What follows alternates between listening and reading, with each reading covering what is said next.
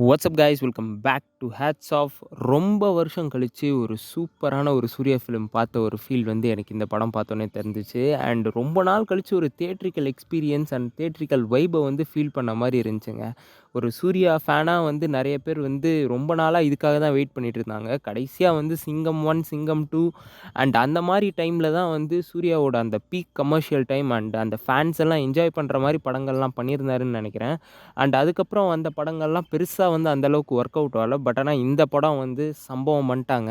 நான் இப்பயே சொல்லிடுறேன், இது வந்து ஒரு பீக் கமர்ஷியல் என்டர்டெயின்மெண்ட். நீங்கள் வந்து இதை வந்து லாஜிக்கோட பார்த்தீங்கன்னா கண்டிப்பாக இந்த படம் வந்து சுத்தமாக ஒர்க் ஆகாது. ஸோ அதனால் லாஜிக்கே இல்லாமல் ஒரு என்டர்டெயின்மெண்ட்டாக ஒரு என்ஜாய் பண்ணுற மாதிரி ஒரு ஃபெஸ்டிவல் மோடில் ஒரு படம் வந்து இப்படி இருந்தால் எப்படி இருக்கும். ஸோ அந்த மாதிரியான ஒரு படம் தான் இந்த படம். ஸோ கண்டிப்பாக வந்து இனி யாரெல்லாம் பார்க்கலையோ கண்டிப்பாக போய் பார்த்துட்டு வந்துருங்க. அண்ட் இது வந்து பக்கா தியேட்டர் மெட்டீரியலுங்க. ஸோ அதனால் தயவு செஞ்சு தியேட்டரில் போய் பார்த்துட்டு வந்துருங்க. நீங்கள் வந்து இது ஓடிடியில் பார்த்தீங்கன்னா அந்த உப்பு சப்பே இல்லாத மாதிரி தான் தெரியும். அண்ட் நீங்கள் ஓடிடியில் வந்தாலே எல்லாருமே வந்து படத்தை போட்டு அடிக்க ஆரம்பிச்சிருங்க, எவ்வளோ நல்ல படமாக இருந்தாலும் சரி. அண்ட் ஆனால் அது அது வந்து ஜென்ரலாக நடக்கிறது தான். பட் ஆனால் இந்த படம் வந்து கண்டிப்பாக ஒரு தியேட்டரிக்கல் எக்ஸ்பீரியன்ஸ் வந்து நீங்கள் வந்து அனுபவிக்கணும். அப்படின்றப்ப இந்த படம் போய் கண்டிப்பாக போய் செக் பண்ணி பாருங்கள். ஸோ அண்ட் இதில் இருக்கிற ஒரு பாசிட்டிவ்ஸ் அண்ட் கான்ஸ் அதை தான் வந்து இந்த வீடியோவில் வந்து ஃபுல்லாக கவர் பண்ண போகிறேன். ஸோ ஸ்டார்ட் பண்ணலாமா? ஸ்டார்ட்டிங் வித் நான் வந்து சூர்யா கிட்டேருந்தே ஆரம்பிச்சிருவோம். Hero of the film. நீங்கள் வந்து அது படம் பார்த்தீங்கன்னு வச்சுக்கோங்களேன், சூர்யாவோட மொத்த பொட்டன்ஷியலையும் இறக்கி விட்ட மாதிரி ஒரு சம்பவம் செஞ்சுருப்பாப்புல.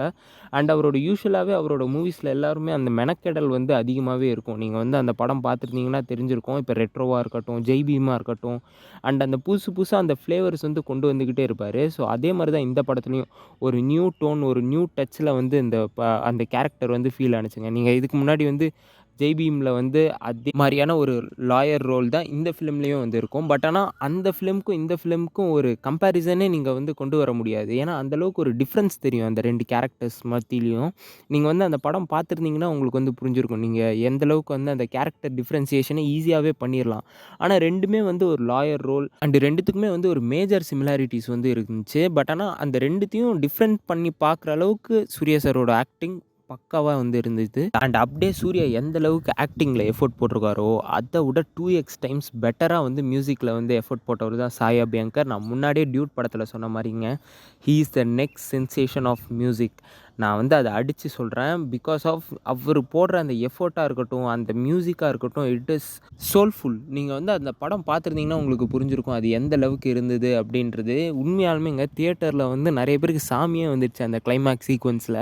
2, 3 பேர் வந்து நான் பார்த்த தியேட்டர்லேயே வந்து கொஞ்சம் பயங்கரமாக தான் இருந்தாங்க. அப்புறம் அவங்களெல்லாம் பிடிச்சி அமர வச்சு ஐயோ சரியான காமெடி ஆகிடுச்சு. பட் ஆனால் அதான் சொல்கிறேன், நான் இது ஏன் வந்து இது சொன்னேன்னா, அந்த ஒரு சோல் வந்து அந்த மியூசிக்கில் வந்து இருக்குங்க. ஸோ அனிருத்தா இருக்கட்டும், இப்போ சாய் அபியங்கரா இருக்கட்டும், 2 பேருமே வந்து ஒரு படத்தை லிஃப்ட் பண்ணி, இப்போ அனிருத் வந்தால் அந்த படம் வந்து ஹிட்டுடா அப்படின்ற ஒரு மைண்ட் செட் நம்மளுக்கு க்ரியேட் ஆனுச்சுல்ல, அந்த மாதிரி இப்போ சாய் அபியங்கர் வந்து அந்த படம் வந்து பயங்கரமாக ஓடும் அப்படின்ற அளவுக்கு அந்த மியூசிக் வந்து அந்தளவுக்கு ஒரு இம்பார்ட்டன்ட் ரோல் வந்து ப்ளே பண்ணியிருக்கு. அண்ட் முக்கியமாக வந்து அந்த கருப்பு வர சீக்வன்ஸ் எல்லாம் வந்து தாறுமாறாக இருந்துச்சு.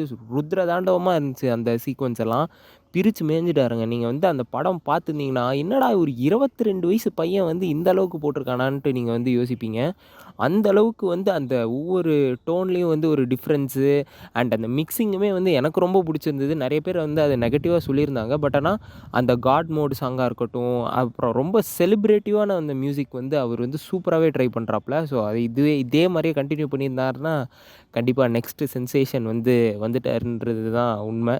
அண்ட் அப்படியே வந்தோன்னா ஆர்ஜேபியோட ஸ்டோரி ஸ்க்ரீன் ப்ளே வந்து கண்டிப்பாக நான் வந்து மென்ஷன் பண்ணியே ஆகணும். ஆக்சுவலாக வந்து ஆர்ஜே பாலாஜி வந்து ஒரு டேரக்டர் கிடையாது. ஒரு ஆர்ஜேவாக இருந்து டேரக்டராக கன்வெர்ட் ஆனவர். பட் ஆனால் நீங்கள் வந்து பார்த்தீங்கன்னு வச்சுக்கோங்களேன், ஒரு விஸ்காம் ஸ்டூடெண்ட் டேரக்டர் லெவலில் வந்து அந்த படத்தை வந்து கொண்டு போயிருப்பாப்புல. நீங்கள் யூசுவலாக வந்து ஒரு ஆர்ஜே வந்து ஃபிலிம் எடுத்தால் எப்படி இருக்கும், அந்த மாதிரி ஒரு ஃபிலிமாகவே இருக்காது. நீங்கள் இப்போ தனுஷ் சார்லாம் எடுத்து பார்த்தீங்கன்னு வச்சுக்கோங்களேன், அந்த ஒரு துண்டா தெரியும் அவர் வந்து ஒரு டேரக்டரில் ஒரு ஆக்டர் ஃபோக்கஸ்டான ஒரு டைரக்ஷன் வந்து இருக்கும் அப்படின்ற மாதிரி. பட் ஆனால் ஆர்ஜே பாலாஜியோட அந்த ஒரு இதில் வந்து அந்த ஒரு விஷயமே தெரியல. நீங்கள் வந்து ஒரு நியூபியாக வந்து இல்லாமல் ஆல்ரெடி ஒரு பல படங்கள் பண்ணி ஒரு டைரக்டர் ஒரு மைண்ட் செட்டோட தான் அந்த படம் வந்து அணுகியிருக்காப்புல. அண்ட் அதே மாதிரி தான் டிஓபி விஷ்ணு. நீங்கள் வந்து அவரை வந்து பாராட்டியே ஆகணுங்க. ஏன்னா எந்த அளவுக்கு ஒரு டைரக்ஷன், ஒரு ஆக்டிங், ஒரு மியூசிக் வந்து ஒரு பேக் போனோ, அந்தளவுக்கு ஒரு டிஓபி அவரும் வந்து ஒரு பெரிய பெரிய பேக் போனாக வந்து இந்த படத்துக்கு வந்து அமைஞ்சிருந்தார். அண்ட் இந்த படத்தில் அவரோட டச் வந்து தனியாக தெரிஞ்சுது. அந்த லைட்டிங்கு, கலர் கிரேடிங்கு நீங்கள் வந்து அந்த பார்த்தீங்கன்னு வச்சுக்கோங்களேன், உண்மையாலுமே ஒரு கருப்புசாமி வந்து எப்படி இருப்பார் அப்படின்றத வந்து ஒரு கண்ணில் காமிச்ச ஒரு ஃபிலிம்னா இந்த ஃபிலிம் வந்து நான் சொல்லுவேன். ஏன்னா கலர் டோனோ அந்த ஒரு நேச்சுரலாக வந்து இருந்தது. அந்த நீங்கள் இப்போ சூர்யாவோட என்ட்ரன்ஸ் சீக்வன்ஸை வந்து எடுத்து பார்த்தீங்கன்னு வச்சுக்கோங்களேன், அந்த ஒரு கலர் டோன் ஆக்சுவலாக அந்த கிரேடியன்ட்டு நீங்கள் தான் அது பார்த்தீங்கன்னா ஒரு ஃபிக்ஷனல் வைபே வந்து கொடுக்காது. ஸோ அந்த அளவுக்கு மெனக்கெடல் வந்து டிஓபி விஷ்ணு வந்து போட்டிருக்காப்புல. ஸோ ஹேட்ஸ் ஆஃப் தலைவா. இனிமேட்டும் இதை விட சூப்பரான பெர்ஃபார்மன்ஸ்லாம் நீங்கள் வந்து பண்ணுங்கள். And hats off to DOP Vishnu. And அப்படியே வந்தோன்னா நிறைய இந்த இன்டர்வல் அண்ட் கிளைமேக்ஸ் அந்த 2 சீக்வன்ஸுமே வந்து மேஜர் ப்ளஸ் பாயிண்ட்டாக வந்து அமைஞ்சுது. அண்ட் 2மே அந்த எலிவேஷனை வந்து சூப்பராகவே ஹேண்டில் பண்ணியிருந்தாங்க. ஒரு சில பீக் மொமெண்ட்ஸ் எல்லாம் வந்து சூப்பராகவே இருந்தது. நீங்கள் வந்து அந்த பீக் மொமெண்ட்ஸை வந்து ஹேண்டில் பண்ணுறது வந்து ரொம்ப ரொம்ப கஷ்டமான விஷயம். அண்ட் இந்த படத்தில் வந்து அதை பர்ஃபெக்டாக ஹேண்டில் பண்ணியிருக்காங்க. ஏன்னா ஒரு சில டைலாக்ஸ் எல்லாம் வந்து எலிவேட் பண்ணுறதுக்காகவே நிறைய சீன்ஸ்லாம் வைப்பாங்க. பட் ஆனால் இந்த படத்தில் அந்த மாதிரிலாம் இல்லாமல் ஒரு ஆக்ஷன் பேக்டான ஒரு எலிவேட்டட் சீக்வன்ஸ்லாம் வந்து செம்மையாக அமைஞ்சுது. அண்ட் ஆக்ஷன் சீக்வன்ஸுமே சொல்லி ஆகணும், செம்மையாக பண்ணியிருந்தாங்க.